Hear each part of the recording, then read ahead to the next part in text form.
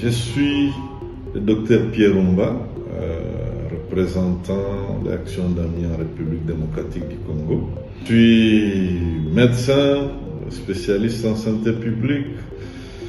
J'ai une longue expérience de terrain au niveau de la zone santé, au niveau de la province et maintenant au niveau national. Je suis marié, père d'une grande famille de 7 enfants. Toutes ces histoires particulières se résument à l'ignorance de la population. Elles sont liées à l'ignorance de la population, que ce soit des pasteurs ou des tradipraticiens qui font traîner les malades dans leurs cases de santé ou dans leurs églises avec risque d'être contaminés. Tous ces gens-là agissent parce qu'ils ne savent pas. Alors, l'histoire la plus marquante, c'était de l'enfant Béchou, cet enfant qui a développé une tuberculose. Il a été à la base de la discorde de la famille. Ils sont allés chez les tradipraticiens, chez les pasteurs, chez tout le monde, ils n'ont pas trouvé de solution.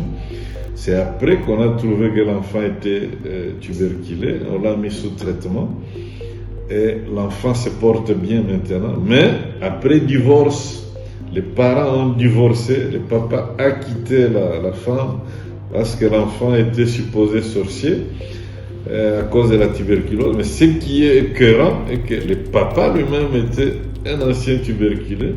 C'est même lui qui a contaminé, qui a transmis la maladie à son enfant. Quelques années avant, il a suivi un traitement, mais il a oublié que c'était une maladie contagieuse et que dans une même famille, on pouvait se contaminer. Voilà un peu, c'est une histoire poignante où la femme est restée seule avec un enfant et le mari est parti avec le reste de la famille. Ça, c'est une histoire vraie et très triste. Ce sont les attentes que la communauté congolaise a envers l'Action d'Amiens. Je vous assure, il y a des provinces où nous nous sommes désengagés. Jusqu'aujourd'hui, les gens nous téléphonent, les gens nous appellent pour qu'on revienne, parce qu'après Action d'Amiens, c'est le chaos. Donc, ma vraie motivation est que Action d'Amiens apporte des soins aux plus nécessités. Et il fait vraiment la différence en allant chez les plus démunis, les plus nécessités.